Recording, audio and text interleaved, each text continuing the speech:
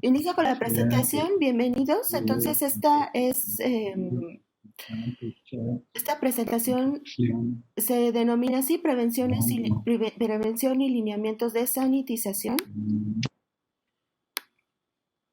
en asilos, albergues y otros establecimientos, ¿no? Que sirven de estancias. Un repaso de lo que son las características del coronavirus, el virus SARS-CoV-2 y su situación epidemiológica actual. Entonces, los coronavirus, pues son virus, ¿no? Que han estado circulando desde hace tiempo entre los humanos, que provienen, que se deben principalmente al contagio con o al contacto con animales, causan un espectro de enfermedades que van desde el resfriado común hasta enfermedades respiratorias graves, ¿no? Los hospederos que se han descrito, documentado de estos virus, pues son diversos, entre ellos gatos, ¿no? Camellos, murciélagos, etcétera. Y a veces los coronavirus pues pueden evolucionar, sufrir una mutación y es cuando se transmiten en los humanos. Ya hemos tenido eventos epidemiológicos asociados a este virus, a estos virus, ¿no? A los coronavirus, y entre ellos, bueno, podemos ver, ¿no? Que por ejemplo en China, pero en el año 2002, se apareció una nueva enfermedad que se denominó como síndrome respiratorio agudo severo o SARS, en el cual hubo 5.050 casos y 321 defunciones. Otro evento, otra enfermedad que se presentó asociado a estos virus fue el síndrome respiratorio de Oriente Medio, también conocido como MERS, que ocurrió en Arabia Saudita en el año 2012, ¿no? Bueno, se le denomina coronavirus porque tienen su superficie tiene la forma de espigas, ¿no? Como podemos ver aquí en la fotografía. Para ir viendo un poco cómo es el comportamiento de estos virus, lo que se hace es en esta diapositiva lo que le queremos mostrar es un comparativo con otras características, por ejemplo, con el MERS o con el virus que ocasiona el sarampión, ¿no? Entonces tomamos dos factores como es la tasa de letalidad y la tasa de contagio. La tasa de letalidad se define como el número de personas que fallecen una vez que contrajeron el virus. Entonces vemos que, por ejemplo, en el caso del COVID y de acuerdo a las estadísticas mundiales, ¿no? Que saca la OMS, su tasa de letalidad es de 5%, ¿no? Esto quiere decir que de 100 personas, sí, el 5 tienen el riesgo de fallecer. En el caso del MERS, la tasa de letalidad es del 35%. Esto significa que de 100 personas, 35 que adquieren la enfermedad pueden fallecer, ¿no? Y en el caso del sarampión es el 4%, ¿no? 4 de cada 100 personas que adquieren el sarampión, sobre todo si se encuentran en un contexto donde no hay vacunación o vacunación pública, pues digamos, o en países donde la pobreza está elevada, ¿no? El 4% de las personas que adquieren esta enfermedad corren el riesgo de fallecer. En cuanto a tasa de contagio, esto significa el número de personas que son susceptibles de contagiarse, más bien el número de personas que alguien infectado puede contagiar. En promedio, ¿no? Vemos que para el COVID-19, una persona que tiene esa enfermedad es susceptible de contagiar de 2 a 3 personas, ¿no? Para el caso del MERS es similar, de 2 a 3 personas, pero en el caso del sarampión es de 12 a 18 personas en promedio, ¿no? Entonces, como vemos, por tasa de contagio, el sarampión es una enfermedad que se transmite más fácilmente comparado con las otras dos, ¿no? Con el COVID-19 y con el MERS. En ese sentido, si bien estamos en este contexto de pandemia por el virus SARS-CoV-2, también es necesario no quitar la mirada de las acciones preventivas dirigidas a otras enfermedades de transmisión, como es el sarampión, ¿no? Por ejemplo, en la Ciudad de México tuvimos casos confirmados este año. Y bueno, se debió a factores donde, por ejemplo, pues las personas no tenían su cuadro de vacunación completo o no habían ido por su dosis de refuerzo, ¿no? Entonces, lo que les decía, si bien estamos en un contexto de virus, de enfermedad pandémica por el virus SARS-CoV-2, sí es necesario mantener las medidas de prevención para prevenir otras enfermedades, ¿no? En este mapa lo que les estoy mostrando es la situación epidemiológica del virus o de la enfermedad COVID-19 con fecha del 29 de junio. Estos son los datos que se presentaron el día de ayer a las 7 de la noche en la conferencia de prensa de todos los días. Y les presento dos datos, ¿no? Los datos acumulados, que es la suma total de todos los casos que se han presentado desde que se detectó el primer caso, ¿no? Hasta la fecha de hoy, y los casos activos, ¿no? Que son las personas que se encuentran con la enfermedad en estos momentos, ¿no? En la fecha del 29 de junio. En ese sentido, ¿no? Para México, los casos acumulados eran 220.657, pero en el país se encontraban activos 23.389 personas, ¿no? Para la Ciudad de México, que es nuestro contexto, el total de casos acumulados que se habían ido sumando, ¿no? Es de 47.437 casos totales, ¿no? Y los casos activos son de 3.431 casos de personas más bien que se encuentran con la enfermedad en estos momentos. El mapa muestra la coloración de acuerdo al número de casos que se encuentran por estado. Entonces, el verde son aquellos estados que tienen menos casos comparados con aquellos que tienen una tonalidad ya que transita de rojo a café, ¿no? Entonces, si ustedes pueden observar, en la zona metropolitana, que es la Ciudad de México y el Estado de México, nos encontramos en una región donde el número de casos es elevado, ¿no? También estamos transitando de lo que es la jornada de sana distancia al semáforo de riesgo, que va determinando qué tipo de actividades se van activando y cuáles no, ¿no? A partir de este indicador que nos dice si estamos en un color rojo, estamos en un riesgo máximo, si estamos en un color naranja, estamos en un riesgo alto, ¿no? Y va bajando conforme al semáforo, ¿no? Si es amarillo, riesgo medio, y si es verde, riesgo bajo, ¿no? Como ustedes de seguro ya saben, hay algunas actividades que se pueden ir reactivando si vamos disminuyendo de riesgo.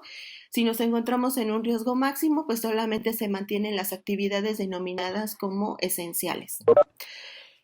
En esta semana, que va del 29 de junio al 5 de julio, la Ciudad de México transitó del semáforo de riesgo máximo al semáforo de riesgo alto, es decir, pasamos al semáforo naranja y se van a activar algunas actividades que se habían mantenido suspendidas. En ese sentido, ¿no? Y también es la idea de tener esta presentación. Lo que se busca es fortalecer las medidas de prevención para evitar un repunte de casos, ¿no? Siempre existe cuando se reactiva la actividad pública, ¿no? O se activan nuevas actividades, digamos, siempre existe el riesgo, ¿no? De que haya un rebrote. Entonces, el fortalecimiento y la difusión de este tipo de información nos ayuda a ir conteniendo estos riesgos. ¿Qué significa, no? En rojo, en cuanto al semáforo, pues sabemos, ¿no? Que hay algunas actividades que solamente las denominadas esenciales son las que se están permitiendo. En cuanto a las naranjas, cuando transitamos al semáforo naranja, pues se van a reactivar otras actividades, pero solamente, por ejemplo, se permite que la aforo, la afluencia sea del 30%, ¿no? Del personal, por ejemplo, que se encuentra en una empresa.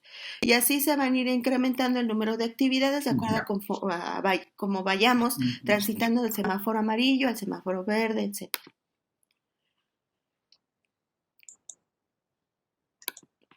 En cuanto a mecanismos de transmisión, ¿no?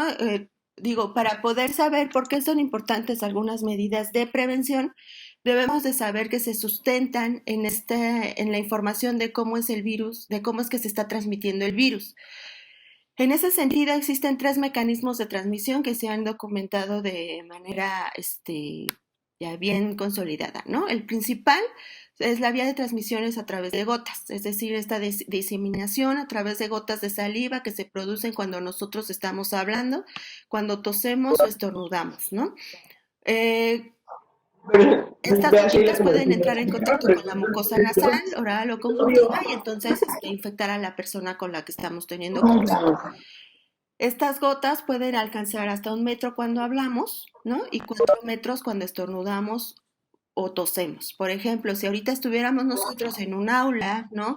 Poco ventilada, aparte con poco espacio, ¿no? Y yo estuviera al frente, de seguro, teniendo como esta imagen de un espacio estrecho, las personas de la primera fila a lo mejor están lejos de mí con una distancia menor a 1 metro y entonces en este momento que yo estoy hablando con voz alta, ¿no?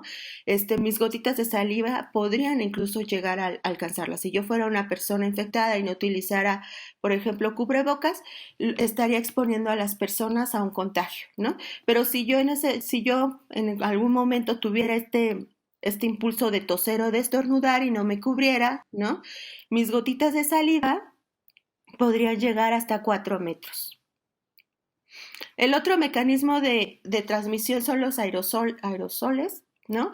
Que van a producir gotas de una medida menor, ¿no? Menos de 5 micras y que se van a producir cuando se están realizando procedimientos médicos, ¿no? Por ejemplo, toma de muestra, intubación endotraqueal, ventilación invasiva, traqueotomía, etcétera, ¿no? Estas gotitas, ¿no? Son susceptibles de llegar o de contagiar a los médicos que están realizando estos procedimientos o cuando una persona entra en contacto con una persona que ya se sabe infectada y que le toca cuidarla, ¿no? En ese sentido, por ejemplo, el cubrebocas que se recomienda utilizar en estos contextos, pues es el N95, ¿no? El tercer mecanismo de transmisión es el contacto, ya sea directo o indirecto. Directo cuando estamos hablando o cuando tenemos contacto con una persona que está infectada. Esto quiere decir que, por ejemplo, esta persona estornuda o se limpia la nariz utilizando las manos, no se lava las manos. Y entonces llega y saluda a alguien más, le estrecha la mano, la otra persona desconoce, ¿no? Que tuvo contacto con una persona enferma, tampoco se lava las manos y entonces en algún momento se va a tocar la cara y entonces con esto estamos ayudando a la inoculación del virus en nariz, boca, ojos, ¿no? Este es el contacto directo. En el caso del contacto indirecto, ¿no? Por ejemplo, ahorita yo estoy hablando, mis gotitas, estoy secretando gotitas de saliva y estas están cayendo en mis artículos que se encuentran cercanos a mí. Por ejemplo, mi escritorio, mi computadora, mi teléfono, ¿no? Que tengo aquí al lado. Y entonces, si no los desinfecto y tampoco la persona, si es que estuviera, por ejemplo, en un ámbito laboral, que luego estamos compartiendo espacios o computadora, ¿no?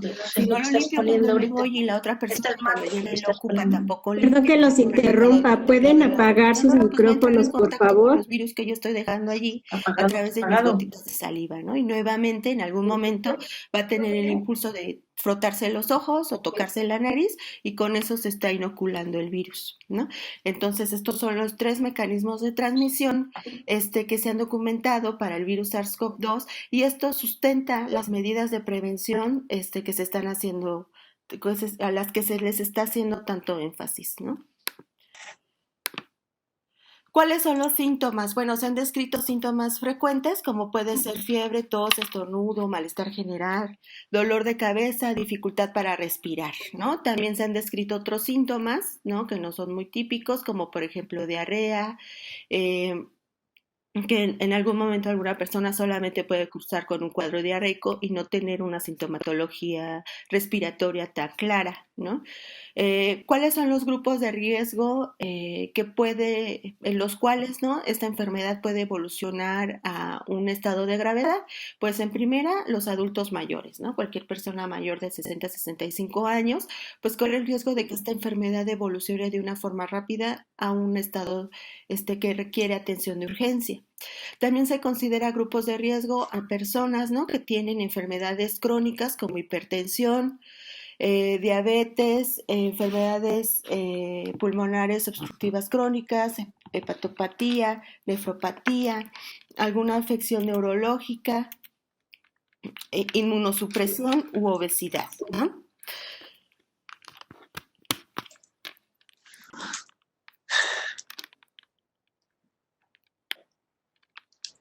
En el caso de los adultos mayores, esta enfermedad pues va a evolucionar de una manera rápida, ¿no? A neumonía, al síndrome respiratorio agudo severo e insuficiencia renal, ¿no? Se ha documentado a partir del análisis del comportamiento de este virus en las poblaciones que la mayor parte o el mayor porcentaje de la población que lo va a adquirir, ¿no? Va a presentar una sintomatología leve y algunos asintomática, ¿no? Estamos hablando del 80% de las personas que adquieren este virus. El 15% va a transitar con una enfermedad que se puede considerar severa, entonces va a requerir algún tipo de hospitalización, pero se va a mantener estable con los cuidados y el monitoreo cercano, ¿no? Por parte de los profesionales de la salud. Pero el 5% de las personas que además forman parte de estos grupos de riesgo, ¿no? Van a requerir una atención especializada y seguramente van a requerir estar internados, hospitalizados en las unidades de cuidados intensivos. Van a requerir un soporte ventilatorio, ¿no? Y en ese sentido, ¿no? Lo que se requiere, ¿no? Es precisamente el monitoreo de los síntomas para poder detectar cualquier síntoma de alarma y poder acudir a solicitar atención médica. De acuerdo a la información que les he venido presentando, pues entonces, ¿qué es lo que podemos hacer, no? Pues utilizar medidas de prevención. ¿Cuáles son estas? Pues primero, y la primera medida que estamos poniendo énfasis es, por supuesto, el lavado de manos, ¿no? ¿Qué se recomienda? Que todo el personal que esté laborando con nosotros tiene que lavarse las manos con agua y con jabón frecuentemente, de acuerdo con las pautas establecidas, ¿no?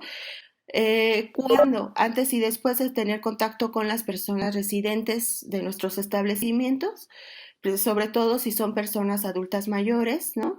Después del contacto con superficies o equipos contaminados, por lo que ya habíamos hablado, no sabemos si la persona que antes los utilizó se encuentra enferma, ¿no? Entonces, antes de utilizar un equipo de cómputo que es compartido o antes de llegar, más bien cuando llegamos a nuestro espacio laboral, limpiar nuestro escritorio y después lavarse las manos, ¿no? Después, y por supuesto, después de quitarse el equipo de protección personal, ¿no? Sabemos que el equipo, pues ya cuando entra en contacto con una persona enferma, está contaminado y entonces, aunque estemos usando guantes, ¿no? La recomendación es lavarse las manos después de quitarse el equipo y después de quitarse los guantes. ¿Cuál es el equipo mínimo que debe de utilizar las personas que se encuentran en el cuidado de otros, ¿no? Pues máscaras faciales, ¿no? Protección para los ojos, batas, guantes. Y cuando ya tenemos un residente que sabemos que que está infectado, pues utilizar un bote de basura dentro de la habitación para que cuando nosotros nos retiremos el equipo de protección podamos colocarlo allí, nos desinfectemos las manos y después ya lavarnos las manos. Entonces, nos estamos enfocando en estas 3 medidas de prevención, ¿no? La primera es el estornudo de etiqueta. Esto significa que cuando tosemos o estornudamos siempre hay que cubrirnos con el ángulo interno del brazo, nunca con las manos. Cuando tosemos y estornudamos y es necesario limpiarnos la nariz, pues entonces utilizar un pañuelo desechable, tirarlo de manera inmediata y posteriormente lavarnos las manos, ¿no? Siempre la clave para, pues bien, digamos, el eje central de todas las medidas de prevención es el lavado de manos con agua y con jabón, ¿no? Si esto no es posible o no tenemos con un espacio disponible para el lavado de manos, pues desinfectarse las mismas con una solución a base de alcohol o utilizar gel al 70%.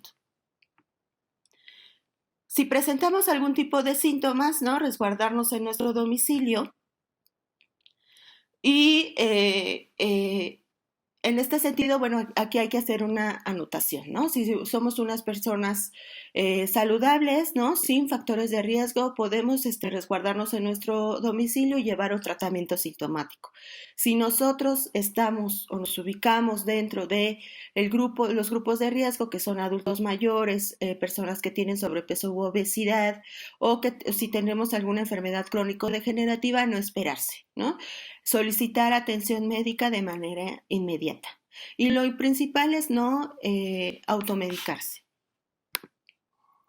¿Por qué es necesario mantener una higiene adecuada de los entornos? Pues por lo que ya habíamos mencionado, ¿no? Los virus pueden permanecer en superficies inanimadas en promedio horas, incluso días, y por eso es necesario llevar de manera sistemática la limpieza de los equipos que utilizamos, nuestro teléfono celular, por ejemplo, y la superficie de los escritorios, mesas, etcétera.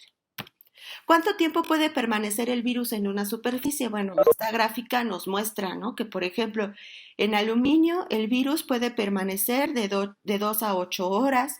En los guantes quirúrgicos puede permanecer 8 horas. En acero puede llegar a permanecer hasta en 2 días o 48 horas. En madera 4 días, ¿no? Y esto puede ser, no sé, como muestra la gráfica, un barandal.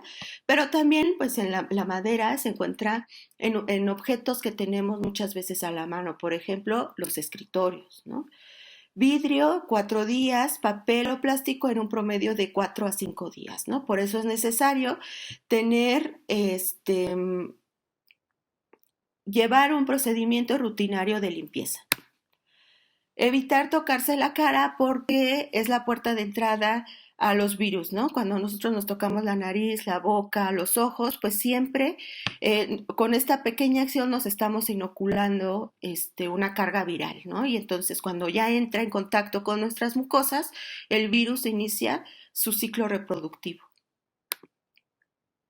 Una de las medidas que es fundamental y que se ha difundido a partir de que inició la jornada de sana distancia y que se tiene que mantener en esta nueva normalidad, pues es lo que se conoce como sana distancia, ¿no? El distanciamiento entre persona y persona, ¿no? Limita la propagación del virus por lo que ya vimos. Cuando hablamos, ¿no? El virus a través de nuestras gotitas de saliva pueden llegar hasta 1 metro y cuando tosemos o estornudamos pueden llegar hasta 4 metros. Entonces, una de las medidas más eficaces es no estar muy cercanos entre nosotros. ¿Cuánto es no cercano? ¿No? Pues pueden ser distancias y dependiendo del contexto de 1.5 metros hasta 2.25 metros. Pero por supuesto que nosotros no vamos a andar cargando 1 metro, pues, para ir midiendo siempre, ¿no? La distancia. Entonces, lo que se tiene como una medida estándar es una distancia de 2 a 3 brazos de espacio entre persona y persona, ¿no? Con los brazos extendidos podemos tener esta distancia.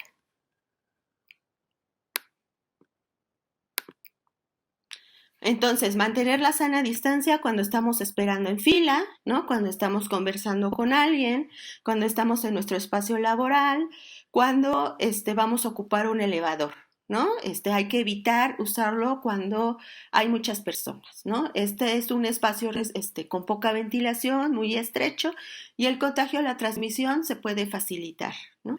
Y cuando vamos de compras, cuando estamos en nuestros espacios cotidianos, e incluso, ¿no? Si nos sabemos enfermos, cuando estamos en nuestro ámbito del hogar, ¿no? Si queremos proteger a las personas, a nuestros seres queridos, a los miembros de nuestra familia, lo pertinente es utilizar el cubrebocas y mantener una sana distancia dentro de nuestro domicilio, ¿no?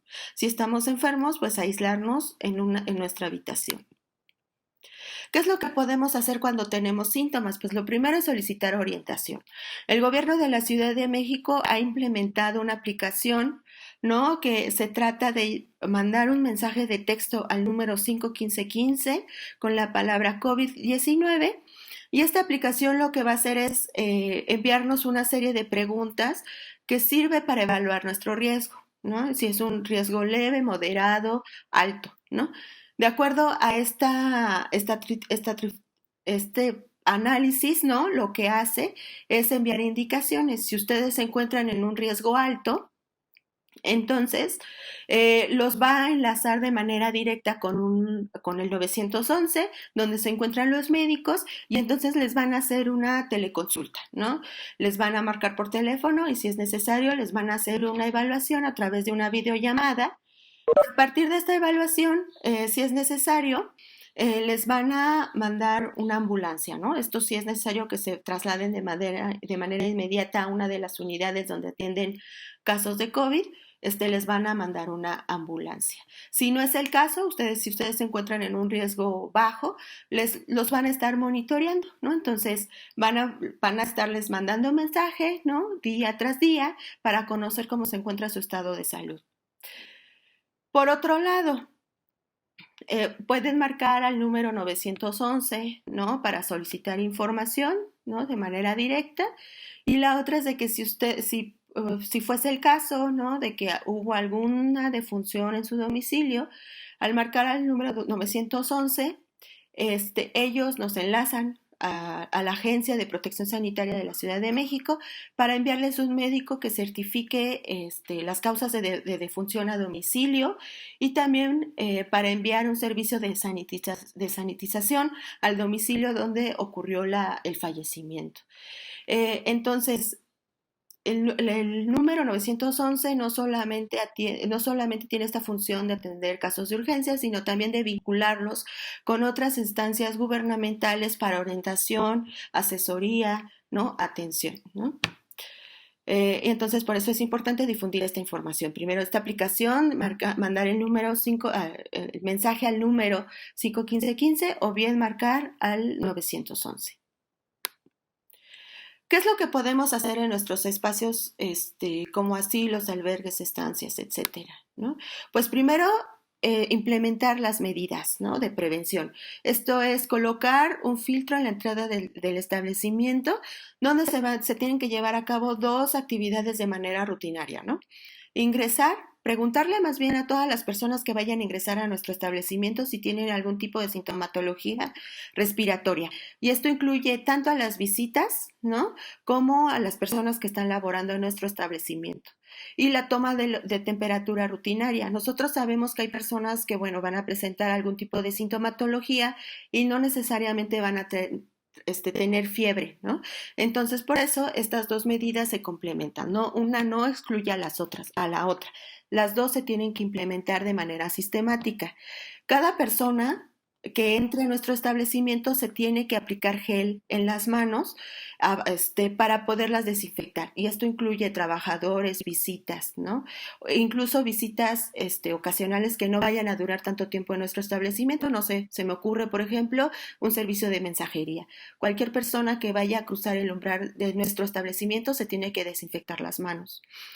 Es necesario colocar carteles, trípticos y folletos que tengan información sobre mecanismos de prevención y mecanismos de transmisión del virus para que nuestras visitas, pero para que también los trabajadores sepan por qué se están implementando ciertas medidas. Muchas veces pueden parecer exageradas, pero nosotros sabemos que si entra alguien que se encuentra infectado, ¿no? del virus y no presenta sintomatología, como ya vimos, esto puede ocurrir en el 80% de los casos, y entra en contacto con alguien que forma parte de los grupos de riesgo, pues lo que estamos haciendo es colocarlos en una situación de gravedad, ¿no? Y esto no solamente, por ejemplo, se aplica a los adultos mayores o a nuestros residentes, ¿no? Sino a nosotros mismos como trabajadores del establecimiento. Si yo soy una persona, ¿no? Que tiene diabetes, que tiene además hipertensión y además tengo sobrepeso u obesidad y entro en contacto con alguien que no refirió que tiene los síntomas, ¿no? A mí me va a colocar en una situación de gravedad porque la evolución de la enfermedad en mí va a ser tórpida, rápida y me va a obligar seguramente a acudir a un hospital a recibir atención. Entonces, estas medidas no solamente son para protegernos a nosotros mismos, sino también para proteger a los miembros de nuestra comunidad. Se tiene que realizar de manera sistemática la limpieza ¿no?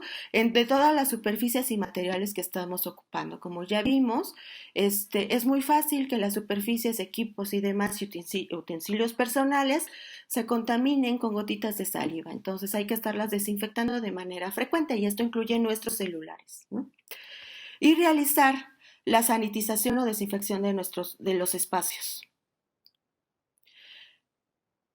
¿Qué otras cosas podemos hacer? ¿No? Pues restringir todas las visitas durante la jornada de sana distancia y ahorita que estamos entrando en esta fase de nueva normalidad, ¿no? Tenemos que aplicar los filtros, preguntar sintomatología, no pueden realizarse las visitas familiares con muchos miembros, ¿no?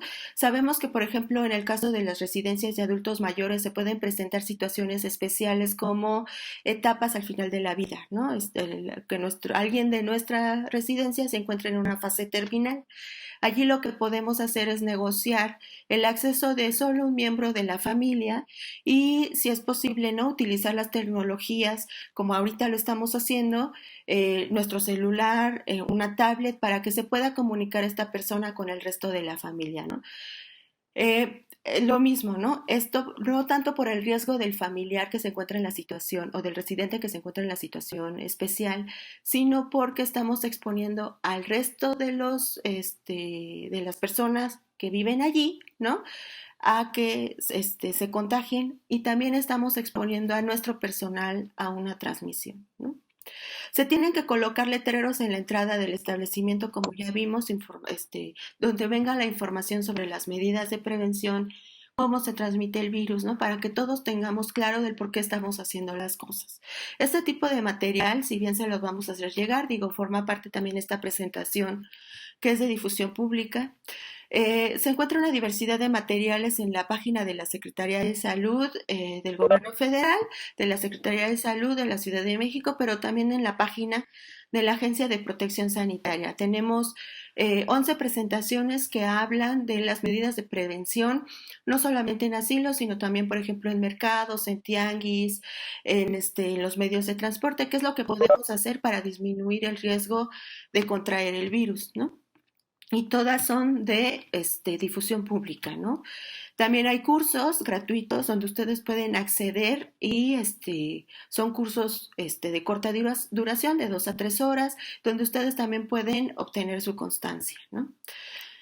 Y bueno, el tercer punto tiene que ver con las facilidades que se les puede dar a los trabajadores que se encuentran en nuestro establecimiento para que ellos puedan obtener licencias y ausentarse en caso de que presenten síntomas, ¿no?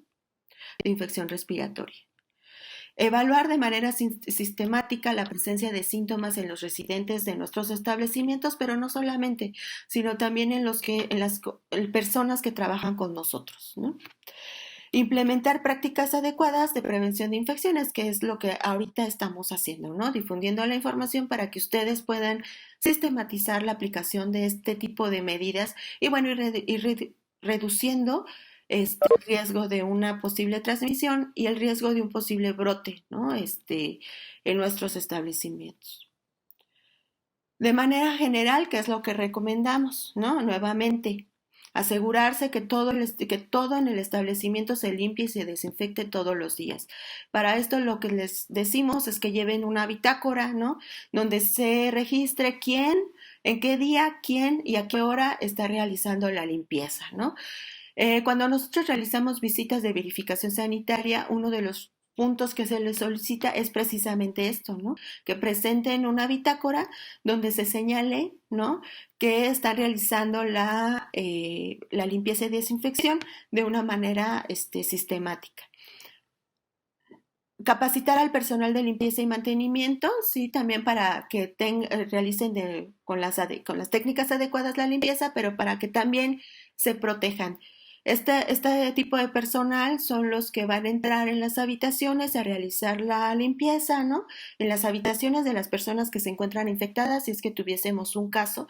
Entonces, también la capacitación también se trata del uso correcto del equipo de protección personal y de las técnicas adecuadas para la limpieza y desinfección en estos casos especiales, ¿no? Porque van a diferir un poco de la limpieza del resto del establecimiento.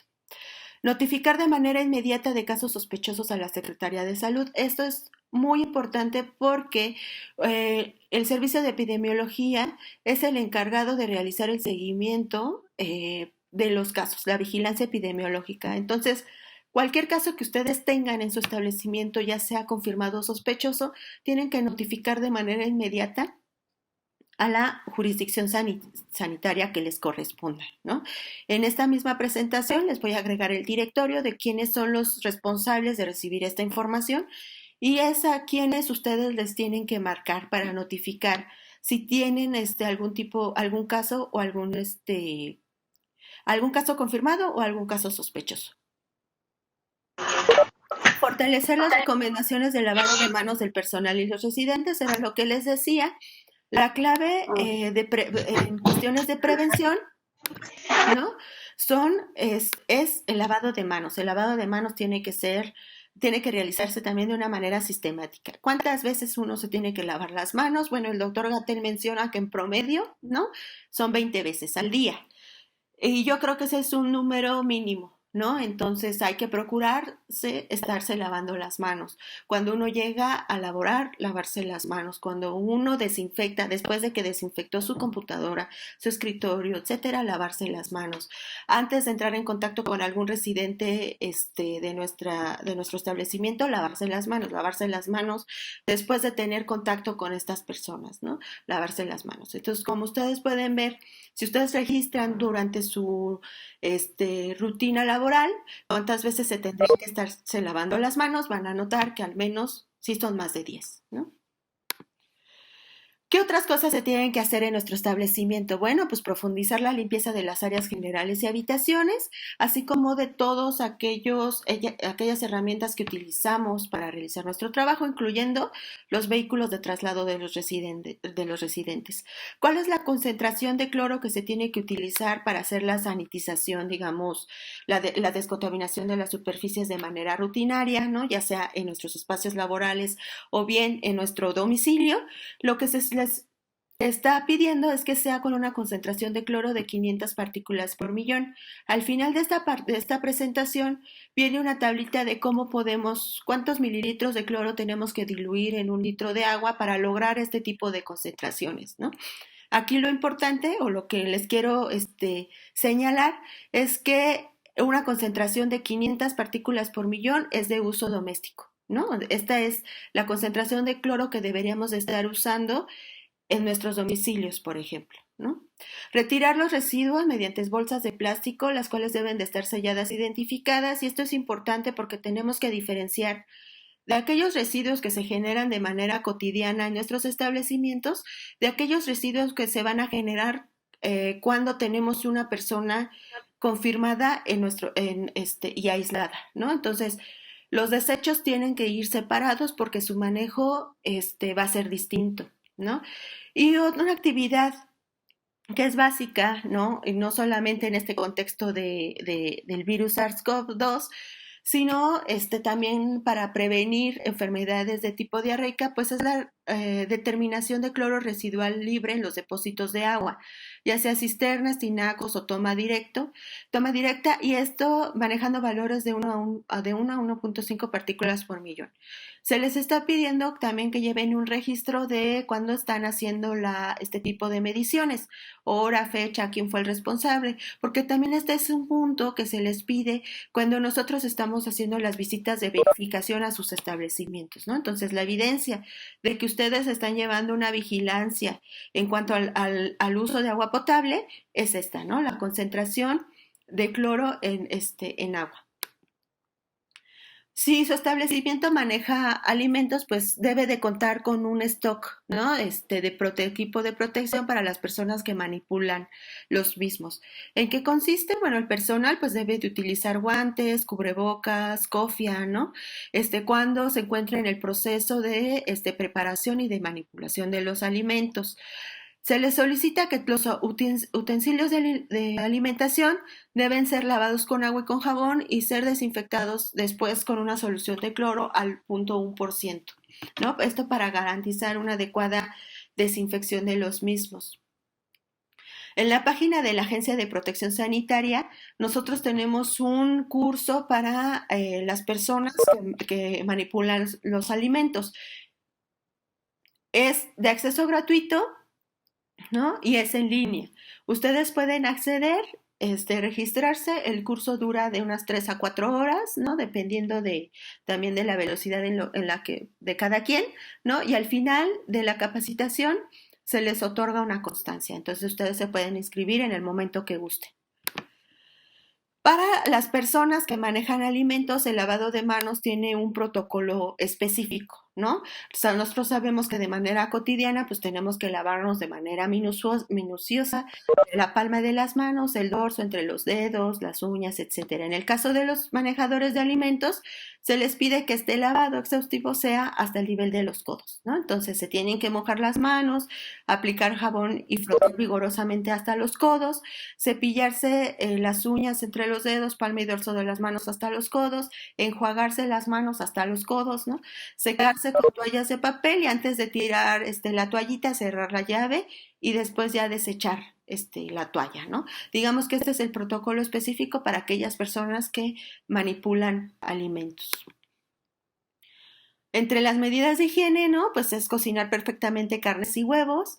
Esto para evitar cualquier tipo de brote, ¿no? De alguna enfermedad gastrointestinal, porque, bueno, lo mismo, ¿no? Lo que les decía, si bien estamos en el contexto de una enfermedad respiratoria, pues no hay que olvidar que estamos, por ejemplo, en una época, ¿no? Donde las enfermedades diarreicas aumentan. Entonces, también hay que mantener los cuidados para prevenirlas, ¿no?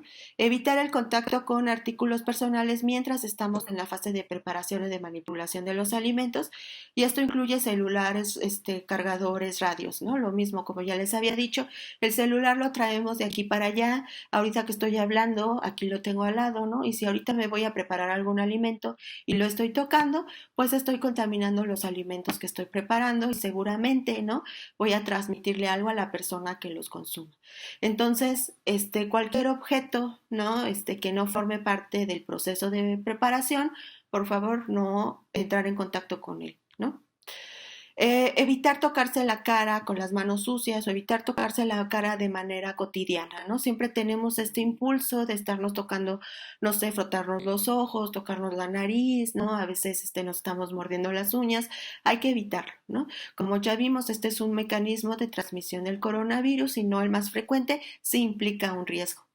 Evitar el contacto con personas que tengan gripe o resfriado. Lo que se les está pidiendo, ¿no? Es utilizar el cubrebocas de manera constante, ¿no? Y esta medida se fortalece cuando guardamos la sana distancia, ¿no? En algún momento, no sé, si estamos enfermos, estornudamos y a veces nos gana el impulso y no cubrimos, no tenemos la oportunidad de cubrirnos, ¿no? Si no guardamos la sana distancia, pues lo que hacemos es transmitirle de manera directa, ¿no? A las personas que están a nuestro alrededor. Los sanitarios se han convertido entonces en un espacio, digamos, fundamental, porque es allí donde se lleva a cabo el lavado de manos, ¿no? Entonces hay que tener todos los insumos necesarios para que podamos llevar esto a cabo. Contar con agua potable, papel higiénico, jabón líquido, ¿no? Toallas desechables o bien tener el secador de aire. Los recipientes de basura deben de tener una bolsa y esto para que se facilite su manipulación. Las personas que son las encargadas de recoger la basura, ¿no?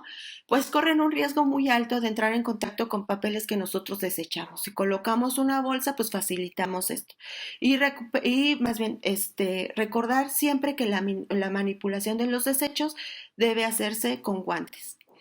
Y bueno, y tener materiales informativos en estos espacios, ¿no? Se les pide el rótulo que promueva el lavado de manos, pero también aprovechar y colocar un cartel, por ejemplo, sobre las medidas de prevención, para evitar el contagio de coronavirus u otros, materiales informativos. Capacitar al personal de cómo realizar las tareas de limpieza y desinfección, ¿no? Y contar siempre el registro escrito de estas actividades, ¿no? Se les solicita tener manuales o bitácoras a la mano, porque ya les comenté, ¿no? Estos son como materiales que nosotros pedimos cuando vamos a la verificación, pero también les sirve a ustedes para llevar un control, para saber si ese espacio ya fue desinfectado o no, ¿no? Fomentar el uso de equipos de protección para las personas que están realizando estas actividades. Hay que protegerlas, ¿no? Sobre todo cuando entran a los espacios donde se encuentra una persona aislada por enfermedad respiratoria. Siempre es importante identificar y separar los trapos que se utilizan para la limpieza y para la desinfección, no mezclarlos con los otros trapitos que utilizamos, no sé, para el secado de trastes, ¿no? Por ejemplo, su lavado tiene que ser separado del resto de los trapitos que utilizamos, ¿no? Y también se recomienda que los trapos que se utilizan para desinfectar los espacios donde se encuentra una persona enferma se separen del resto de los trapos que se utilizan para la limpieza del resto de los espacios de nuestro establecimiento. Hay que proteger y cuidar a las personas adultas mayores porque estas son, como ya vimos, personas que se encuentran dentro de los grupos de riesgo y cuya evolución de esta enfermedad en específico puede evolucionar a un cuadro grave y llevarlos probablemente a fallecer, ¿no? ¿Qué es lo que podemos hacer? Bueno, pues cuando se trata de comunicarse con sus familiares, priorizar las tecnologías que nos permiten llevar a cabo esta interacción a distancia, ¿no? El uso de celulares, tabletas, este tipo de plataformas, ¿no? Para evitar el contacto directo con los familiares. En el caso de que tengamos algún adulto mayor en nuestra familia, ¿no? Y veamos queramos ayudarle, ¿no? Lo que tenemos que hacer es garantizar redes de ayuda donde que nos permitan estarlos monitoreando a distancia, ayudarlos o asistirlos, por ejemplo, en las compras cotidianas de víveres, de medicamentos, evitar el contacto físico con ellos, mantenerlas a la distancia, utilizar nosotros el cubrebocas, ¿no? Y pedirles por favor, si ellos necesitan algo, que nos lo hagan saber, ¿no? Las personas adultas mayores, pues también deben de tener estas medidas de prevención, ¿no? Cubrirse al toser o estornudar, lavarse las manos, desinfectar de manera frecuente las superficies con las que ellos tienen contacto y no automedicarse. Sabemos que por la misma constitución, digamos, física o fisiológica de los adultos mayores, mucha sintomatología que nos pueden hablar de una patología grave se pueden esconder cuando nosotros nos estamos automedicando. Entonces, nuevamente, si se presenta algún síntoma de una enfermedad respiratoria, acudir de manera inmediata o solicitar atención médica. ¿Qué es lo que podemos hacer cuando tenemos conocimiento de algún posible caso en nuestro establecimiento? Bueno, pues primero hay que saber a qué nos referimos como caso, ¿no? Entonces, la Dirección General de Epidemiología emitió esta definición de casos que se dividen en dos, caso sospechoso y caso confirmado. Esta definición no ha cambiado desde el 23 de marzo. Y bueno, para casos sospechosos se refiere a cualquier persona que tenga en los últimos 7 días alguno de los siguientes signos o síntomas: tos, fiebre o dolor de cabeza, acompañados de al menos de uno de los siguientes signos o síntomas, ¿no? Dificultad para respirar o disnea, que esto es un dato de gravedad que nos habla de que esta persona tiene que ir o ser trasladada a una unidad hospitalaria a solicitar atención. Dolor en las articulaciones o artralgias, dolor en el cuerpo o mialgias, dolor al pasar los alimentos o ardor faríngeo, rinorrea o escurrimiento nasal, conjuntivitis o dolor torácico, ¿no? Estos son los síntomas que nos hablan de sospecha de enfermedad de COVID-19. Hablamos de casos confirmados para aquellas personas que ya tienen el resultado de un laboratorio avalado por el INDRE, donde se les dice que es positivo a COVID-19, ¿no? Entonces, el INDRE ha validado, ¿no?, una serie de laboratorios, ya sean públicos, ¿no?, como la Red Nacional de Laboratorios de Salud Pública o particulares, También cuando yo les haga llegar esta presentación, les voy a enviar la lista de laboratorios que han sido validados por el INDRE para que ustedes, en caso de que así lo quieran, ¿no? Y quieran hacerse una prueba, de manera particular, sepan a qué laboratorio acudir. Porque son los únicos resultados que pueden ser, que nosotros podemos tomar como válidos, ¿no? Porque ya fueron certificados por el INDRE, digamos.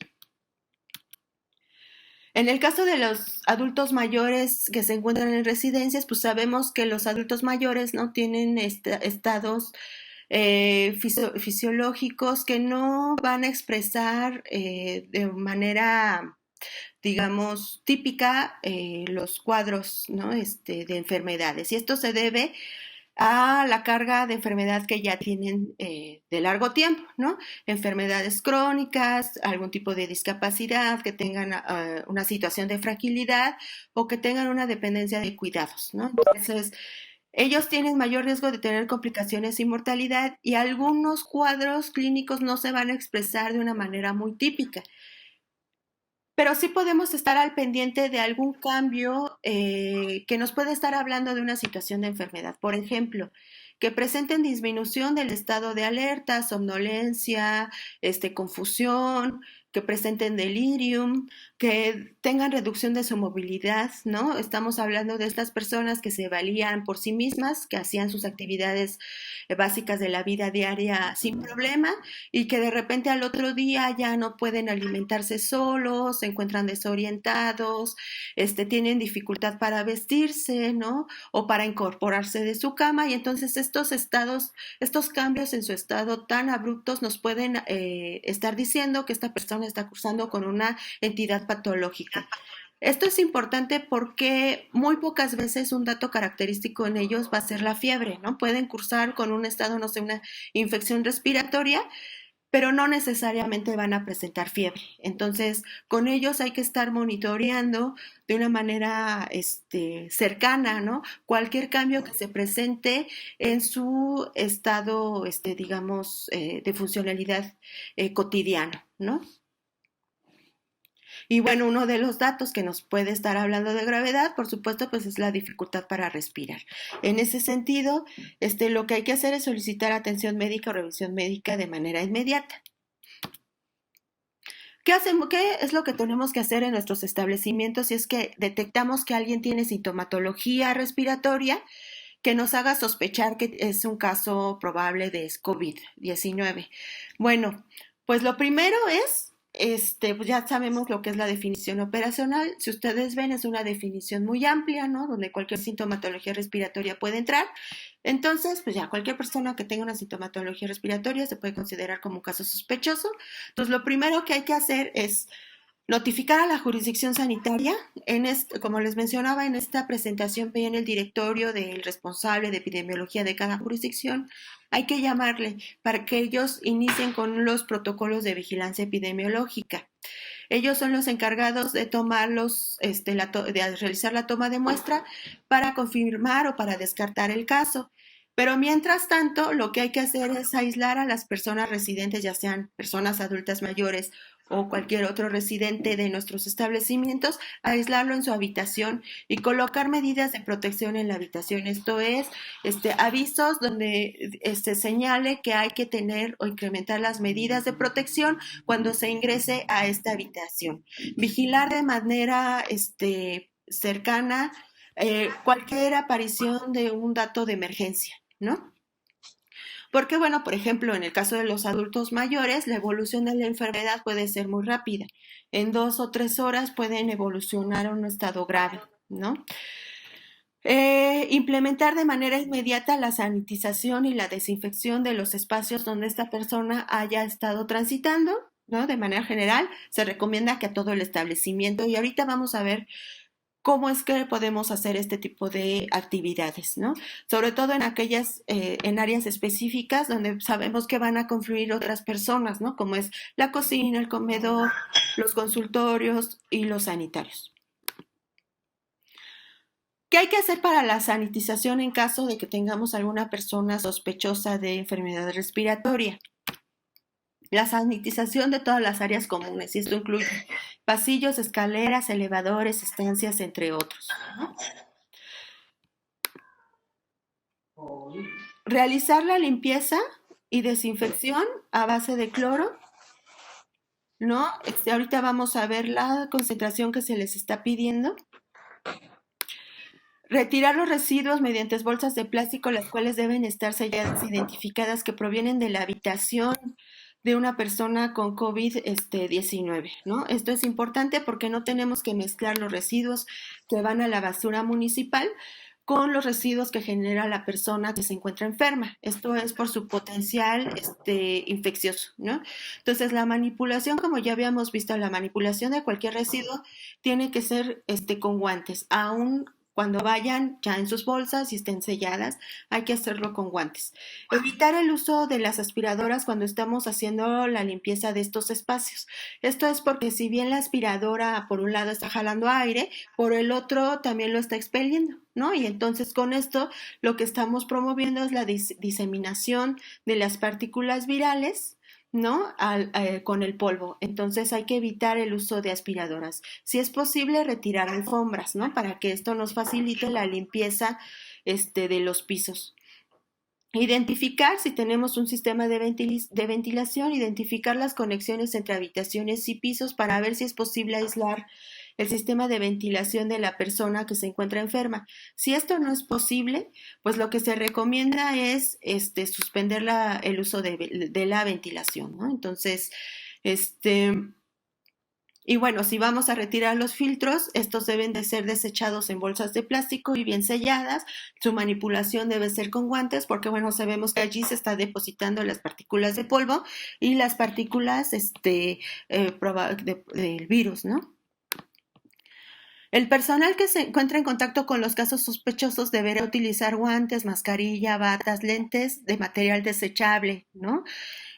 Los cuales deben de colocarse en una bolsa de plástico y estar debidamente selladas e identificadas. Por eso les comentaba tener un bote de basura, ya sea a la salida de la habitación, para que cuando nosotros nos retiremos de haber estado revisando al paciente o haber desinfectado su habitación, nos podamos retirar nuestro equipo de protección y colocarlo en el bote, en una bolsa, para posteriormente cerrarlo, identificarlo y ya poderlo movilizar, ¿no? Implementar el uso de tapetes sanitarios en el acceso a la habitación, pero bueno, también se les recomienda que este tipo de tapetes pueden ser colocados en la entrada de sus establecimientos, utilizando una tarja y rellenándola con 3 centímetros con una solución de hipoclorito de sodio a 5,000 partículas por millón. Si ustedes recuerdan cuando yo les mencionaba la desinfección de los espacios comunes o ya sea en sus establecimientos o en su domicilio, lo que les decía es que la concentración de cloro tiene que ser de 500 partículas por millón. Pues bien, para la desinfección de los espacios o para de los espacios donde se encuentra una persona infectada por COVID o para las tarjas que se van a colocar o que van a funcionar como tapetes sanitarios, la concentración debe de ser de 5,000 partículas por millón. Esto es una concentración mucho mayor de cloro, ¿no? La solución de estos que se colocan estos tapetes sanitarios se debe de renovar al menos cada tres veces al día. Esto como mínimo. Si se encuentra, por ejemplo, en el acceso, ¿no?, de su establecimiento y hay un tránsito importante de personas, pues lo que se recomienda es que este recambio sea con mayor frecuencia. ¿Cómo vamos a desinfectar o descontaminar la habitación donde se encuentra una persona infectada por COVID? Pues primero, todos los utensilios que él ocupe van a ser de uso personal y exclusivos, ¿no?, de él. Entonces deben de estar plenamente identificados y se deben de desinfectar o lavar de forma separada del resto de los utensilios que ocupe el resto de las personas que residen en nuestro establecimiento. Lo que se recomienda es que, por ejemplo, en cuanto a vaso, cuchara, tenedor, taza, ¿no?, la desinfección sea llevada a través de un procedimiento específico que es el lavado con agua y con jabón. Primero se enjuaga y después se sumergen en una solución de hipoclorito de sodio a 1,000 partículas por millón durante unos 5 minutos para que se logre la desinfección adecuada y después ya enjuagar y ya está listo, ¿no? En este caso, si bien lo que se les dice es de que se priorice la ventilación de manera natural, esto es que puedan abrir, correr las cortinas, abrir las ventanas, ¿no? Para que circule el aire. Lo que se recomienda es que la puerta de la habitación de la persona que se encuentra aislada se encuentre cerrada y con avisos de precaución a la entrada. Esto es porque, bueno, probablemente alguien va pasando por ahí y no va a estar enterado, ¿no? De que se encuentra en la habitación una persona infectada y a lo mejor anda distraída y pues pueden ocurrir accidentes como entrar, ¿no? A la habitación. Entonces, por eso se les pide, para evitar este tipo de contactos innecesarios, lo que se les pide es que cierren la puerta, coloquen avisos de precaución para que todas las personas que confluyan en nuestro establecimiento estén enterados, ¿no? Que hay una persona que se encuentra con las medidas de aislamiento y no se expongan de manera innecesaria. Realizar la limpieza de pisos, techos, paredes y ventanas. Y para esto, bueno, se va a utilizar un paño con una solución de hipoclorito de sodio a 5,000 partículas por millón. Nuevamente, siempre es con 5,000 partículas por millón, limpiando siempre de arriba a abajo, de derecha a izquierda y de dentro hacia afuera. Esto es para tener una rutina y un orden en la limpieza y para evitar contaminar, si es que no tenemos como este orden de arriba para abajo, de derecha a izquierda, de dentro hacia afuera. A veces no tenemos, si no tenemos este orden, a veces contaminamos, ¿no? Las superficies que ya limpiamos con las partículas que se pueden encontrar en algunas zonas que no hemos desinfectado. Tener como este orden nos facilita un poco la rutina, pero también nos ayuda a no estar recontaminando las áreas ya desinfectadas, ¿no? Realizar la limpieza general de la habitación 2 veces al día, ¿no? Y las superficies más altas deben de limpiarse con un elemento impregnado con hipoclorito de sodio a 5,000 partículas por millón, evitando dispersar el polvo, ¿no? Esto es digamos, una sanitización exhaustiva del espacio donde se va a encontrar la persona enferma. Desinfectar de manera minuciosa aquellos artículos con los que estamos manipulando de manera cotidiana. Y esto incluye mesas, controles de televisión, las manijas de las puertas, las manijas de las ventanas, ¿no? Porque es en donde el contacto puede ser de manera frecuente y a veces omitimos, por ejemplo, estarlas limpiando. Digo, las manijas de las puertas a veces omitimos cuando estamos haciendo una limpieza de manera rutinaria, pues limpiar la puerta y limpiar la manija, ¿no? Pero en estos casos es importante tener como presente estos elementos, ¿no? Si es necesario, para facilitar la limpieza, hay que retirar cualquier objeto que esté allí, como ornamento y que no es indispensable que se encuentre, ¿no? Por ejemplo, en mi escritorio, ¿no? Tengo una florecita, tengo, no sé, un lapicero, etcétera. Todos estos objetos, pues, son susceptibles de contaminarse y a veces pues puede llegar una persona y tocarlos, ¿no? Y con esto se incrementa el riesgo de infección. Entonces hay que retirarlos porque también el quitarlos, ¿no? Nos va a facilitar realizar nuestras rutinas de limpieza. Lavado y desinfección de los baños. Si bien se ha documentado que existe muy poca probabilidad de que a través de las excretas haya una transmisión, pues sí es necesario, ¿no? Tener una limpieza adecuada de las superficies de los baños. Todo esto con una solución de hipoclorito de sodio a 5,000 partículas por millón, sobre todo porque, bueno, allí la persona infectada va a realizar su propio proceso de higiene, ¿no? Y seguramente pues va a haber pañuelos con los que se limpió la nariz en el cesto de basura, utilice el lavabo de manera frecuente, va a estornudar frente al espejo, etcétera. Entonces, todos estos elementos pues tienen que ser desinfectados de manera minuciosa. El cambio de ropa de la cama tiene que ser diario y se tiene que lavar de manera separada del resto de la ropa de las otras habitaciones, ¿no? Estamos hablando de la ropa de uso personal de la persona infectada y de la ropa de la cama donde está descansando. Se tiene que retirar, colocar en una bolsa donde venga un etiquetado que diga lavado especial, porque su procedimiento va a ser distinto al lavado del resto de la tela o ropa de los otros residentes. Se recomienda que este lavado sea con agua caliente y utilizando solución de hipoclorito de sodio al 0.1%. Esto es a 1,000 partículas por millón. ¿no? Entonces, hasta el momento hemos hablado de al menos 3 concentraciones de cloro que debemos utilizar: 500 partículas por millón para el uso doméstico, 5,000 partículas por millón cuando vamos a desinfectar superficies o vamos a desinfectar la habitación de la persona que se encuentra aislada, y 1,000 partículas por millón cuando estamos hablando de lavar ropa, o ya sea personal del paciente, o ropa de cama, ¿no? Donde descansa la persona enferma. Colocar tarjetas de medidas de seguridad de cada habitación, ¿no? Esto por lo que les decía, las personas que están transitando en este espacio, pues deben de estar enteradas, ¿no? Que se encuentra una persona enferma, para evitar accidentes y no entrar en contacto con ellos, ¿no? Y también para evitar contactos innecesarios. El personal, pues, que está en contacto, que se encuentra a cargo del cuidado de la persona enferma, pues debe de tener su equipo de protección personal, ¿no? Entonces, estábamos hablando del mecanismo de transmisión más frecuente, que son las partículas que nosotros expelemos de saliva cuando hablamos, tosemos, estornudamos. Entonces, estas personas, lo que se recomienda es que las mascarillas que utilicen sean las N95, ¿no? Para que la protección sea mucho más eficaz. Las otras mascarillas o cubrebocas, nosotros los podemos estar utilizando en el uso cotidiano en los espacios públicos, porque, bueno, no estamos en contacto directo con una persona enferma, ¿no? Y estamos guardando las medidas de sana distancia.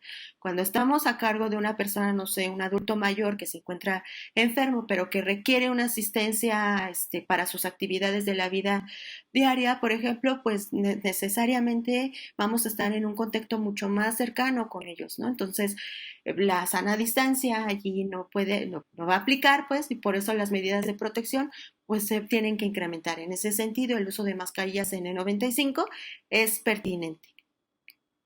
En caso de algún derrame de fluido corporal, ¿no? Bueno, tenemos pacientes que a lo mejor en algún momento se sienten mal del estómago o por el mismo esfuerzo de la tos empiezan no se puede tener un evento de vómito, ¿no? Por ejemplo, hay un protocolo específico para recoger todo este material que se desecha.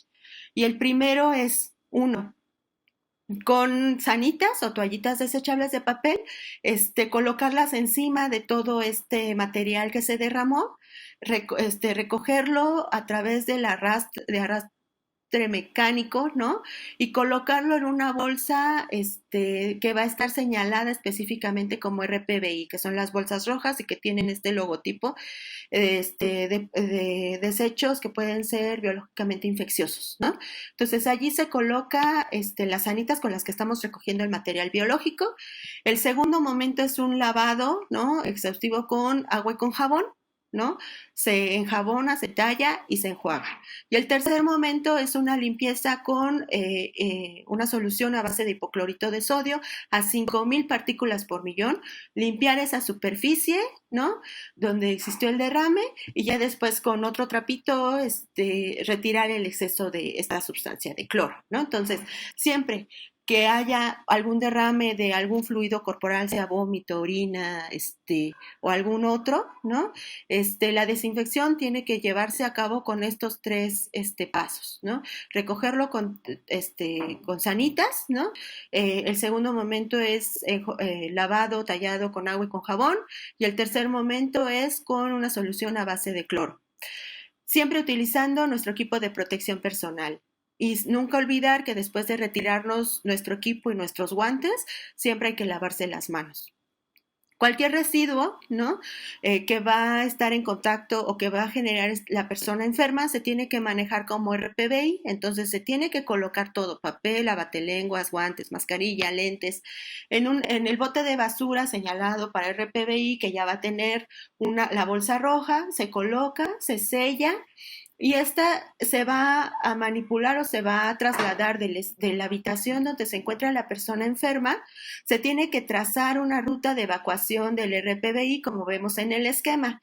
¿Cuáles son las características de esta ruta en nuestros establecimientos o cómo podemos determinarla? Pues primero, deben de seguir zonas donde transiten la menor cantidad de personas, o bien elegir un horario, ¿no? Para poderlo movilizar, un horario donde la afluencia de las personas sea mínima, ¿no? Esto para evitar el contacto con este tipo de residuos y evitar accidentes donde se pueda exponer el riesgo de contagio al resto de las personas que viven o que trabajan en nuestro establecimiento.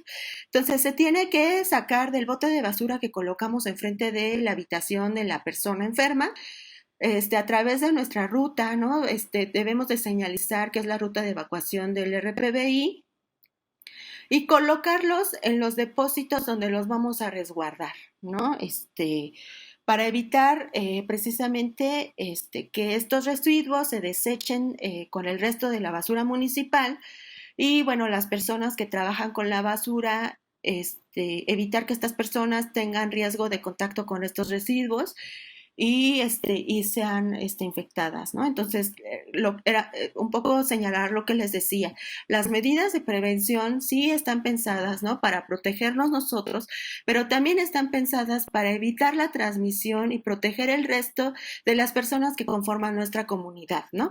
Incluyendo las personas que viven en nuestras residencias, las personas que laboran con nosotros, pero también las personas, en este caso, que se encuentran fuera de nuestros establecimientos, que son las personas que recogen la basura, ¿no?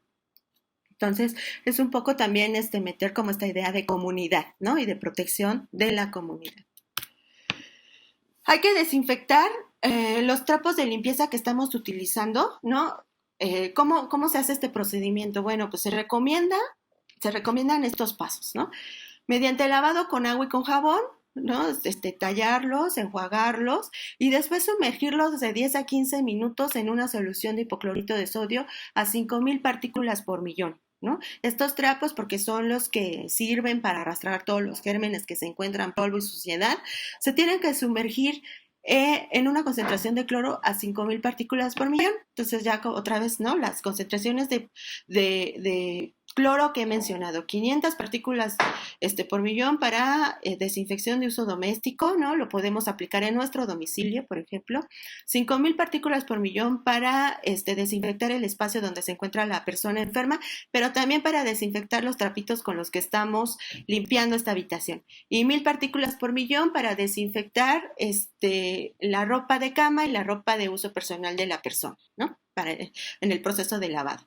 Y bueno, los trapos que estamos utilizando para desinfectar el espacio de la habitación de la persona enferma deben de estar separados del resto de los trapitos que estamos utilizando o de las jergas que estamos utilizando para la limpieza de los otros espacios, ¿no? De nuestro establecimiento. Entonces, esta idea, ¿no? Del aislamiento no solamente aplica, digamos, a la persona como tal, sino que el aislamiento aplica para todos los utensilios que utiliza esta persona o para los trapos, ¿no? La tela, la ropa que utiliza esta persona, ¿no? Ante contingencias como filtración, digo, nunca estamos exentos de que ocurra algo porque estamos, en temporadas de lluvia y dos, estamos en una zona altamente sísmica, entonces pues puede ocurrir algún desastre, ¿no? Digamos, alguna inundación, que se derrame, no sé, el drenaje, ¿no? Entonces, en ese sentido, pues se debe de realizar nuevamente la limpieza de nuestro establecimiento, una desinfección exhaustiva de las áreas, ¿no? Porque, bueno, nuevamente, ¿no? No solamente estamos dando estas medidas de prevención por la cuestión del COVID-19, sí, bueno, sí, porque estamos en un contexto de epidemia, pero también estamos en temporadas de otras enfermedades. Y en este caso, ¿no? Las enfermedades diarreicas, pues ahorita es justo digamos, su momento. Y entonces las actividades de prevención también van dirigidas para prevenirlas, ¿no? Porque, bueno, en nuestros establecimientos, asilos, estancias, etcétera, pues también puede haber brotes, ¿no? De enfermedades diarreicas. Entonces, si hay alguna contaminación del agua de consumo, ¿no? Porque se derramó el drenaje, pues también debemos de evitar como este tipo de accidentes y por eso, ¿no? Las medidas que habíamos mencionado antes, como la medición del cloro, ¿no? De las concentraciones de cloro en nuestras aguas de uso. Y bueno, y siempre protegernos, ¿no? Utilizar el equipo de atención médica, el equipo de protección personal, pero también el equipo de atención médica que utilizamos cuando revisamos a las personas enfermas, pues va a ser de uso exclusivo. si no es posible, desinfectarlo después de cada uso, ¿no?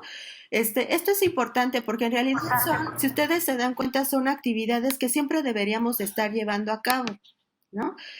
Por ejemplo, el lavado de manos, y hablando como un poco en el ámbito médico, ¿no? Digo, yo soy doctora, el lavado de manos siempre se debe de realizar antes y después de ver a un paciente, ¿no? O sea, entre paciente y paciente siempre se debe de realizar el lavado de manos. La desinfección del equipo que se utilizó para revisar a cada paciente también se tendría que estar desinfectando entre paciente y paciente. Entonces es lo mismo aquí, ¿no? Cada vez que ustedes entren en contacto con una persona enferma, ¿no? Aparte de que están ocupando su equipo de protección personal, si bien incluye guantes, ¿no? Y cuando uno se lo retira, los guantes es lo último que se quita, pues eso no exime que nos tengamos que lavar las manos una vez que nos retiremos los guantes, ¿no? Entonces el lavado de manos siempre va a ser una actividad constante y rutinaria, ¿no? Entonces tenemos su práctica, ¿no? Va dirigida a que vayamos metiéndola en nuestra vida cotidiana, ¿no? El lavado de manos como una actividad esencial de prevención. Y también cuando ocupamos, no sé, cuando tomamos la presión, la temperatura, escuchamos el corazón, ¿no? De las personas infectadas, siempre debe de haber siempre debemos de realizar la desinfección de nuestro equipo. Si es posible, tener un equipo de uso exclusivo de esta persona, pero aunque sea de uso exclusivo de la persona enferma, siempre hay que estarla desinfectando. Aquí solamente señalar algunos puntos importantes sobre el uso del equipo de protección personal. Sí, aunque tengamos el equipo de protección personal, hay que evitar estarnos tocando la cara. Esto es importante porque de repente, ¿no? Por ejemplo, pues traemos en el espacio público, ya en lo cotidiano, traemos nuestro cubrebocas, ¿no? Pero ocurre que tenemos como este impulso, de tocarnos del cubrebocas de la parte frontal. Pero estamos seguros de que nos estamos protegiendo porque pues traemos cubrebocas, ¿no? Y algunas veces pues nos ponemos hasta guantes, pero aún así nos estamos tocando el cubrebocas. Esta es una mala práctica porque lo que estamos haciendo es tocar la parte frontal del cubrebocas donde se supone es el filtro de todas las partículas que no estamos respirando. Es decir, el cubrebocas, en la parte frontal del cubrebocas se depositan todas las partículas que no llegan a nuestra nariz, ¿no? Digo, es el sentido de usar el cubrebocas.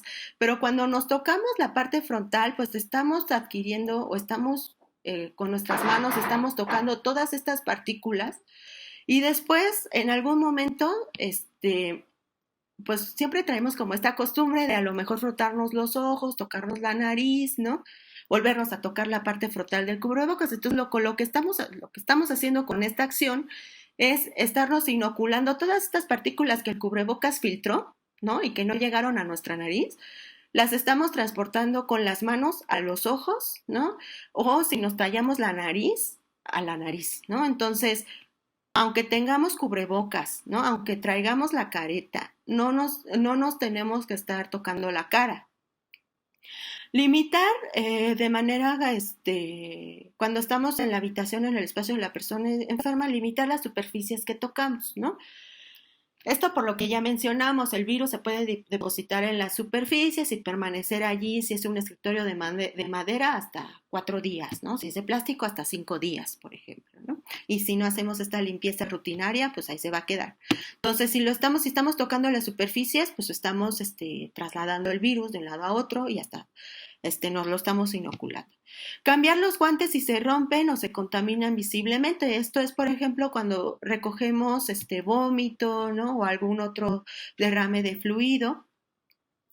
Y siempre realizar lavado de desinfección de las manos, si es que nos contaminamos. Pero aquí la recomendación es que el lavado de manos, ¿no? Se debe de realizar de manera inmediata después de que nos quitamos los guantes, ¿no? El lavado de manos no excluye, más bien el uso de guantes no excluye el lavado de manos, ¿no? Entonces, en el protocolo de retiro del equipo lo que dice es que cuando ya salimos de la habitación, ¿no? Y vamos a depositar nuestro equipo de protección personal en el bote de basura que colocamos, es que cada vez que nos quitemos un artículo, nos tenemos que colocar gel a base de alcohol en los guantes, ¿no? Y desinfectarlos. Entonces, por ejemplo, me quito la careta, me desinfecto con alcohol, me quito los gogles, me desinfecto con gel a base de alcohol.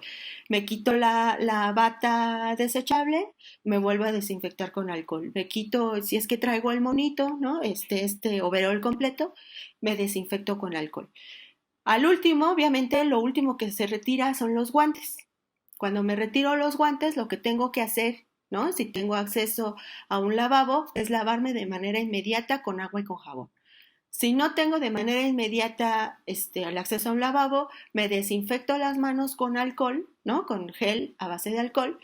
Y después me traslado al baño a donde me voy a lavar las manos con agua y con alcohol, ¿no? Entonces, si se dan cuenta, son como procedimientos muy sistemáticos que van encaminados a protegernos, pero también que invariablemente incluyen el lavado de manos en algún momento del proceso, ¿no?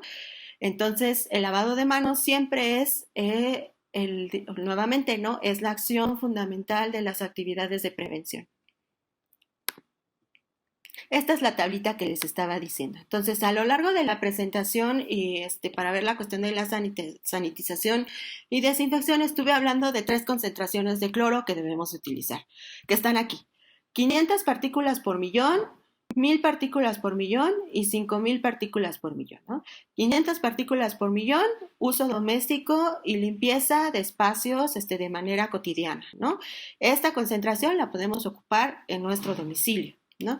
1000 partículas por millón cuando vamos a lavar la ropa que utilizó la persona enferma. 5000 partículas por millón cuando vamos a desinfectar la habitación de la persona donde se encuentra aislada y también para lavar sus utensilios de uso personal, ¿no? Entonces, esta tablita dice cantidad de mililitros de cloro para añadir por litro de agua dependiendo de la concentración de la presentación y el área a trabajar. Ya dijimos, área a trabajar, espacio doméstico, lavado de ropa y espacio donde se encuentra la persona aislada, ¿no? Entonces, nosotros vamos a ir al centro comercial y vamos a encontrar, o bueno, con quien les distribuye el cloro, ¿no? Vamos a encontrar diversas concentraciones de cloro en la diversidad de presentaciones comerciales, ¿no? Que vamos a encontrar. Puede haber de 4% al 6%, al 6.5%. Ustedes cuando compran una botella de cloro, revisan y ahí viene en la etiqueta la concentración de cloro, la presentación comercial, ¿no? De cloro que están ustedes adquiriendo. Entonces, por ejemplo, yo compro una botella de cloro al 4%, y quiero desinfectar mi domicilio, ¿no? Realizar la limpieza rutinaria. Tengo que diluir en 1 litro de agua 13 mililitros de cloro, ¿no? Para lograr una concentración de 500 partículas por millón. Tengo un familiar enfermo, ¿no? O estoy en mi estancia, ¿no? Y tengo una persona enferma y voy a lavar su ropa. Voy a utilizar agua caliente y voy a diluir 25 mililitros de cloro en 1 litro de agua de esta presentación comercial de 4% para lograr una concentración de 1000 partículas por millón. Y para desinfectar la habitación de la persona enferma, ¿no? Tengo esta presentación comercial de cloro del 4%. De ella voy a diluir 125 mililitros en 1 litro de agua para lograr una concentración de 5000 partículas por millón. Y con esto pues voy a limpiar todas las superficies, ¿no? Trapear y demás, de la habitación, donde se encuentra la persona enferma. Entonces, lo que se recomienda, ¿no? Es que las personas que estén realizando la limpieza tengan una protección porque, bueno, muchas veces, ¿no? Estas concentraciones de cloro, algunas veces más bien son irritativas para, cuando estamos para nuestra nariz, ¿no? Entonces, lo que se recomienda es de que se tenga un equipo de protección y, bueno, la concentración de 500 partículas por millón en realidad, pues, es una concentración muy baja. Muy pocas veces ocurren estas reacciones adversas, pero, bueno, nunca está de más tener una protección, ¿no? Un cubrebocas, por ejemplo. Tenemos otras opciones para sanitizar, ¿no? Podemos utilizar alcohol isopropílico o agua oxigenada. Nosotros hablamos mucho de cloro porque, bueno, es una sustancia que ha demostrado una eficacia elevada, es muy fácil de adquirir y además es barato, ¿no? Digamos. Pero bueno, si ustedes lo prefieren, pueden utilizar alcohol o agua oxigenada. Se puede diluir en agua, se puede utilizar en spray y bueno, de las precauciones y tiempo de reacción, el tipo de reacción es inmediata para ambos y en cuanto a las precauciones, solamente, bueno, para oxigenada se recomienda no aplicarse bajo los rayos del sol porque entonces pierde su eficacia. Con estas dos tablitas yo voy terminando la presentación. Las siguientes diapositivas es la información que les estaba mencionando en las diapositivas pasadas, ¿no? Donde viene el directorio de las jurisdicciones sanitarias, el nombre de la persona que funciona como contacto o enlace para iniciar estas medidas de vigilancia epidemiológica. Viene el teléfono en la extensión donde ustedes lo pueden localizar y bien, si es posible, el correo, ¿no? Del área de epidemiología, viene de las 16 jurisdicciones sanitarias. La dirección de las jurisdicciones sanitarias, y si es que ustedes no saben dónde se encuentran ubicadas, aquí vienen las direcciones. Y bueno, también agrego algunos enlaces donde ustedes pueden consultar y descargar material que se encuentra disponible, donde vienen una serie de documentos que pueden ser desde guías, folletos, hojas informativas o infografías, ¿no? Por ejemplo, está enfocado a residencias de adultos mayores, pero también aquí tenemos información que se encuentra disponible ya sea en la página del gobierno de México, donde está página de coronavirus, pero también se encuentra el enlace para la página de la Agencia de Protección Sanitaria de la Ciudad de México, donde ustedes pueden encontrar esta presentación con otras 10, donde viene el material informativo de cómo desinfectar y sanitizar. Se encuentra disponible el curso para manejadores de alimentos, que es también de manera virtual, se les otorga una constancia y otros materiales que van a servirles a ustedes, por ejemplo, ahorita para el inicio de la nueva normalidad, donde vienen, por ejemplo, los lineamientos que deben de seguir cuando ustedes preparen los documentos que se les van a solicitar o sus protocolos de seguimiento, ¿no? Entonces, con esta diapositiva yo termino, solamente mencionar que, bueno, para cualquier información, orientación, ustedes se pueden comunicar, también vienen en esta página de la Agencia de Protección Sanitaria, ustedes se pueden comunicar con nosotros si es que requieren asesoría o ayuda para cualquier cosa que soliciten en cuanto a procesos de sanitización y demás, ¿no? También nuevamente fortalecer esta información donde si ustedes saben de alguien o les preguntan qué hacer en el caso de algún fallecimiento a domicilio, comunicarse al 911 para que ellos nos enlacen a nosotros. Esto porque así es el procedimiento y de esta manera nosotros podemos dar seguimiento, ¿no?, a cómo se han llevado las acciones en cuanto a la atención de defunciones de domicilio. Una vez que nos enlazan a nosotros, la Agencia de Protección Sanitaria envía a un médico para que certifique las causas de defunción, ¿no?, al domicilio donde ocurrió la misma, y también para que se coordine una brigada de sanitización al espacio donde falleció la persona. Digo, esta es como información que les puede servir a ustedes en algún momento, ¿no? Y también, bueno, para coordinar si es que ustedes detectan algún caso en su establecimiento, para coordinar también las brigadas que se pueden llevar a cabo de sanitización en el mismo, ¿no?